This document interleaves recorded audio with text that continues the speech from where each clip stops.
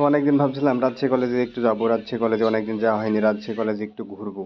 তো আশেপাশে ঘোরার পথে আমি ফুলার ভবনের সামনে দিয়ে যাচ্ছিলাম। যাওয়ার পথে হাঁটছিলাম, অনেক সুন্দর আর্ট করা ছিল ফুলার ভবনের সামনে। সব দেখলাম, চোখে পড়লো, অনেক সুন্দর লাগলো। আসলে যারা আর্টগুলা করছে অনেক সুন্দর, তার সামনে সামনে যাইতে যাইতে সুন্দর আপুর সাথে দেখা হয়ে গেল। ওমা, একটু পরে দেখছি আমার বন্ধু সুন্দরী গার্লফ্রেন্ড নিয়ে ঘুরছে। যদিও আমাকে চিনতে পারলো না, তবু আমি চিনতে পেরেছি আমার বন্ধুর গার্লফ্রেন্ড নিয়ে ঘুরে বেড়াচ্ছে। আর এদিকে অনেক সুন্দর সুন্দর আপুরা ছবি তুলে বেড়াচ্ছে। সামনে একটা আঙ্কেল একটা গার্লফ্রেন্ড নিয়ে ঘুরে বেড়াচ্ছে। এটা দেখে খুব কষ্ট লাগলো। আসলে এই বয়সে আঙ্কেল গার্লফ্রেন্ড পাই, আর আমি এরকম ইয়াং একটা ব্যক্তি সিঙ্গেল ঘুরে বেড়াই। তারপরে দেখছি দুইটা আপু গাছের তলায় বসে আছে আম বাগানে। তারপরে আমি যাচ্ছিলাম, যেতে যেতে আমার বন্ধুর সাথে দেখা।